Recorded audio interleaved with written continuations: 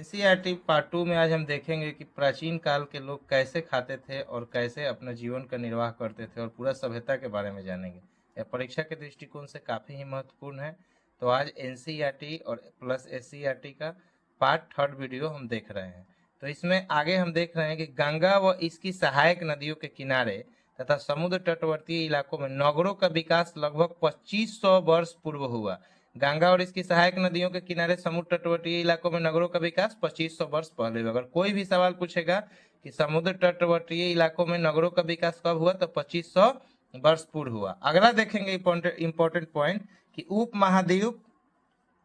उपमहाद्वीप के उत्तर में गारो, खासी, जैंतिया, मिसमी और नागा पहाड़ियां हैं। इन पहाड़ियों के नाम पर ही यहाँ के आदिवासी मानव समूह की पहचान है। अगला पॉइंट इसमें सबसे महत्वपूर्ण जो नोट है उसमें है कि भारतीय उपमहाद्वीप के बीच विंध्य पर्वत विभाजक रेखा है।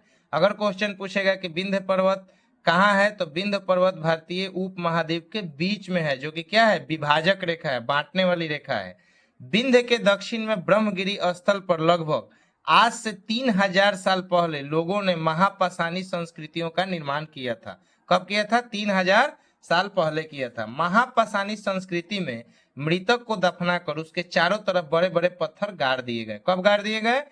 महापाषाणिक संस्कृति में गाड़ दिए गए। अगला पॉइंट है विंध्य पहाड़ियों के उत्तर पूर्व एवं ब्रह्मपुत्र नदियों के पश्चिम में गंगा एवं उसकी सहायक नदियां बहती हैं। विंध्य पहाड़ियों के उत्तर में स्थित कोल्डिहवा एवं चोपानी मंडा ऐसे स्थल है जहां सबसे पहले चावल धान उपजाया जाता था। बहुत इंपॉर्टेंट क्वेश्चन है, चावल और धान सबसे पहले कहाँ उपजाया जाता था? तो चोपानी मंडा में और कोल्डिहवा में। अगला पॉइंट है कि उत्तर भारत में बहने वाली नदी गंगा के दक्षिण का क्षेत्र प्राचीन काल में मगध नाम से जाना जाता था। जो आज हम लोग मगध, जो कि पटना का नाम जानते हैं, ये क्या है? मगध क्या था? गंगा के दक्षिण में जो दक्षिण का जो क्षेत्र था वो मगध के नाम से जाना जाता था। यहाँ के शासक बहुत ही शक्तिशाली थे। कहाँ के शासक? मगध के शासक। और उन्होंने यहाँ एक विशाल साम्राज्य की स्थापना की थी। क्या की थी? विशाल साम्राज्य की स्थापना की थी।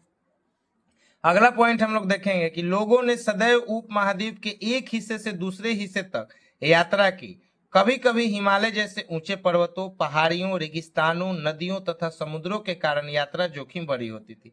पहले के जमाने में यात्रा की साधन क्या थी?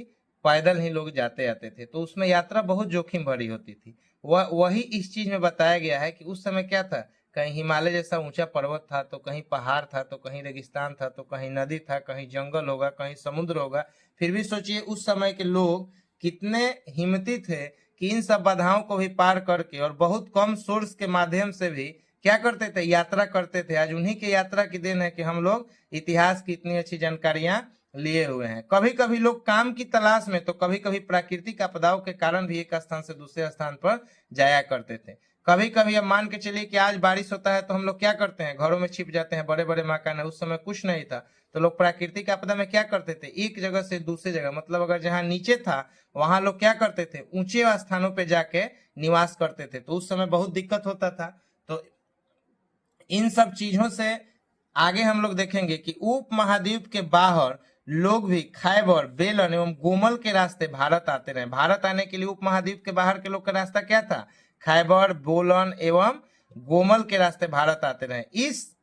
इस आवागमन से हमारी संस्कृति परंपरा समृद्ध है। अब जब बाहर का लोग आएगा तो क्या होगा? बाहर का लोग आएगा तो हमारा समृद्धि क्या होगा? बढ़ेगा ही। कारण क्या है कि वो लोग कुछ लेके आएंगे और वो लोग कुछ लेके आएंगे और जो जाते समय बहुत चीज दे के जाएंगे। तो इसलिए इन सब चीजों से बहुत ज्यादा फायदा होती है। आज भी पर्यटन के माध्यम से जो लोग आते हैं तो हमारे देश की अर्थव्यवस्था, जीडीपी जो है क्या होती है? बहुत ज्यादा बढ़ता है। अगला देखिए, अगला नोट में क्या है कि धार्मिक गुरु लोगों को शिक्षा और सलाह देते हुए एक गांव से दूसरे गांव तक तथा एक कस्बे से दूसरे कस्बे जाया करते थे। कौन? धार्मिक गुरु। अगला पॉइंट है अतीत के बारे में कैसे जाने? अध्ययन का काल निर्धारण अगला पॉइंट है। तो अगला क्या है कि अतीत से लेकर वर्तमान तक विभिन्न घटनाओं का तिथि क्रमानुसार अध्ययन एवं विश्लेषण ही इतिहास का विषय है। सामान्यतः तीन कालखंड में निर्धारित है: प्राचीन, मध्यकालीन भारत और आधुनिक भारत। और अभी आज के टाइम में एक नया क्या हो गया है कि नया एक ये हो गया है कि आधुनिक भारत जो है वो एक आजादी के बाद का भारत का भी इतिहास हम लोग पढ़ते हैं, जो भी इस चैनल पर भी पढ़ाया जाएगा।